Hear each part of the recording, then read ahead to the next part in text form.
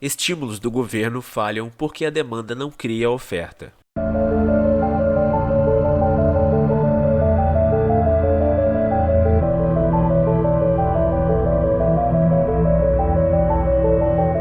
Este artigo foi escrito por Frank Shostak, traduzido e publicado pelo Instituto Rothbard e narrado por Rafael Oliveira.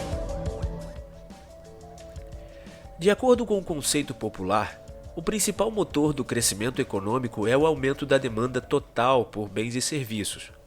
Sustenta-se também que a produção global aumenta em um múltiplo do aumento das despesas do governo, dos consumidores e das empresas. Não surpreende, portanto, que a maioria dos comentaristas acredite que, por meio de estímulos fiscais e monetários, o governo possa evitar que a economia entre em recessão. Por exemplo, o aumento dos gastos do governo e a injeção monetária do Banco Central fortalecerão a produção de bens e serviços. Segue-se então que, por meio de aumentos nos gastos do governo e da injeção monetária do Banco Central, as autoridades podem fazer a economia crescer. Isso significa que a demanda cria a oferta. No entanto, isso realmente é verdade? Porque a oferta precede a demanda. Na economia de livre mercado, os geradores de riqueza não produzem tudo para o seu próprio consumo. Parte de sua produção é utilizada para troca pela produção de outros produtores. Assim, a produção precede o consumo, com algo trocado por outra coisa. Isso também significa que um aumento na produção de bens e serviços desencadeia um aumento na demanda por bens e serviços. Segundo David Ricardo, aspas, ninguém produz senão para consumir ou vender, e nunca vende senão com a intenção de comprar alguma outra mercadoria que lhe possa ser imediatamente útil ou que possa contribuir para a produção futura. Ao produzir, então, ele necessariamente se torna o consumidor de seus próprios bens ou o comprador e consumidor dos bens de outra pessoa. Fecha aspas. Observe que a demanda de alguém é limitada pela capacidade de produzir bens, e quanto mais bens o indivíduo pode produzir, mais bens ele pode demandar. Se uma população de 5 indivíduos produz 10 batatas e 5 tomates, isso é tudo o que eles podem demandar e consumir. A única maneira de aumentar a capacidade de consumir mais é aumentar sua capacidade de produzir mais. Sobre isso, James Mill escreveu, aspas, quando as mercadorias são levadas para o mercado, o que se quer é alguém para comprar, mas para comprar é preciso ter os meios para pagar. É óbvio, portanto, que os meios de pagamento coletivos que existem em toda a nação constituem todo o mercado da nação. Mas em que consistem os meios coletivos de pagamento de toda a nação? Não consistem em sua produção anual, na renda anual da massa geral de habitantes? Mas se o poder de compra de uma nação é medido exatamente por sua produção anual, como sem dúvida o é, quanto mais você aumenta a produção anual, mais por esse mesmo ato você amplia o mercado nacional, o poder de compra e as compras reais da nação. Assim, parece que a demanda de uma nação é sempre igual à produção de uma nação. Isso realmente deve ser assim, pois qual é a demanda de uma nação? A demanda de uma nação é exatamente seu poder de compra. Mas qual é o seu poder de compra? A extensão, sem dúvida, de sua produção anual. A extensão de sua demanda, portanto, e a extensão de sua oferta são exatamente proporcionais. Fecha aspas. Expandir o conjunto de poupança é essencial para o crescimento econômico. Sem a expansão e o aprimoramento da estrutura produtiva, será difícil aumentar a oferta de bens e serviços de acordo com o aumento da demanda total. A expansão e melhora da infraestrutura depende da expansão do conjunto de poupança. Este conjunto é composto por bens de consumo final.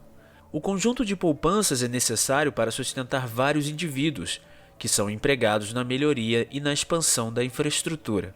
Consequentemente, não se segue que um aumento nos gastos do governo e uma política monetária frouxa leve a um aumento na produção da economia. Não é possível elevar a produção total sem o sustento necessário vindo do fluxo de economia. Por exemplo, um padeiro produz 10 pães e troca por um par de sapatos de um sapateiro. Neste exemplo, o padeiro financia a compra de sapatos produzindo os 10 pães. Observe que o pão mantém a vida e o bem-estar do sapateiro. Da mesma forma, o sapateiro financiou a compra de pão por meio de sapatos que mantêm a vida e o bem-estar do padeiro. Suponha que o padeiro decidiu construir outro forno para poder aumentar a produção de pão. Para implementar seu plano, o padeiro contrata os serviços do fabricante de fornos, pagando-o por um pouco do pão que está produzindo. A construção do forno aqui é sustentada pela produção de pão.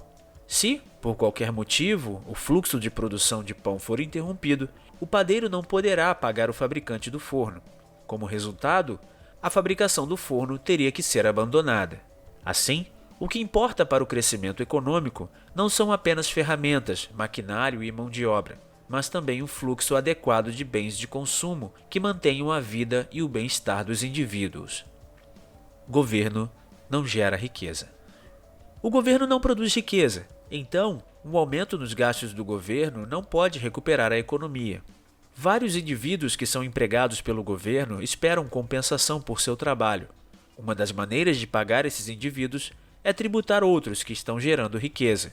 Ao fazer isso, o governo enfraquece o processo de geração de riqueza e mina as perspectivas de recuperação econômica.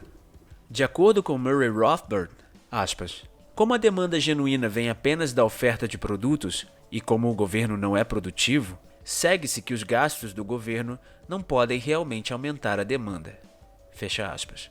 O estímulo fiscal e monetário parece melhorar a economia se o fluxo de poupança for grande o suficiente para financiar as atividades patrocinadas pelo governo e ainda permitir uma taxa de crescimento nas atividades dos geradores de riqueza.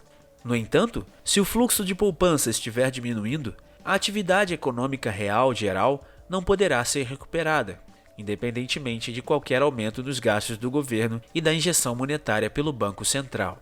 Nesse caso, quanto mais o governo gasta e quanto mais o Banco Central injeta, mais será retirado dos geradores de riqueza, enfraquecendo assim quaisquer perspectivas de recuperação. Por exemplo, quando políticas monetárias e fiscais frouxas desviam o pão do padeiro, ele terá menos pão à sua disposição. Consequentemente, o padeiro não poderá contratar os serviços do fabricante do forno.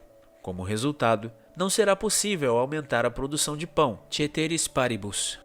À medida que o ritmo das políticas frouxas se intensifica, pode surgir uma situação em que o padeiro não terá pão suficiente para sustentar a funcionalidade do forno existente. O padeiro não terá pão suficiente para pagar os serviços de um técnico para manter o forno existente em boas condições. Consequentemente, a produção de pão realmente diminuirá.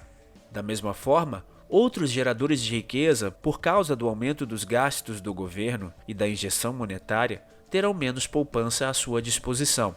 Isso, por sua vez, dificultará a produção de bens e serviços e retardará e não promoverá o crescimento econômico real geral. Como você vê, o aumento de políticas fiscais e monetárias frouxas não apenas eleva a produção geral, mas, ao contrário, leva a um enfraquecimento do processo de geração de riqueza geral. De acordo com Jean-Baptiste Serre, os consumidores reais são aqueles que produzem por sua parte, porque só eles podem comprar a produção de outros, enquanto os consumidores estéreis não podem comprar nada, exceto por meio do valor criado pelos produtores. Fecha aspas. No conceito popular, os aumentos nos gastos do governo e a injeção monetária do Banco Central fortalecem a demanda geral da economia. Isso, por sua vez, desencadeia aumentos na produção de bens e serviços, levando à crença de que a, demanda cria oferta, fecha aspas. Se os indivíduos não alocarem poupanças suficientes para sustentar aumentos na produção de bens e serviços, a economia não poderá se expandir. Para poder trocar algo por bens e serviços, os indivíduos devem primeiro ter algo para trocar. Isso significa que, para demandar bens e serviços, os indivíduos devem primeiro produzir algo útil. Assim, a oferta impulsiona a demanda, e não o contrário. Aumentos nos gastos do governo resultam no desvio de poupança do setor privado gerador de riqueza para o governo, prejudicando assim o processo de geração de riqueza. Da mesma forma, a injeção monetária aciona o desvio de riqueza dos geradores de riqueza para os detentores do dinheiro injetado. O link para este artigo está na descrição. Obrigado.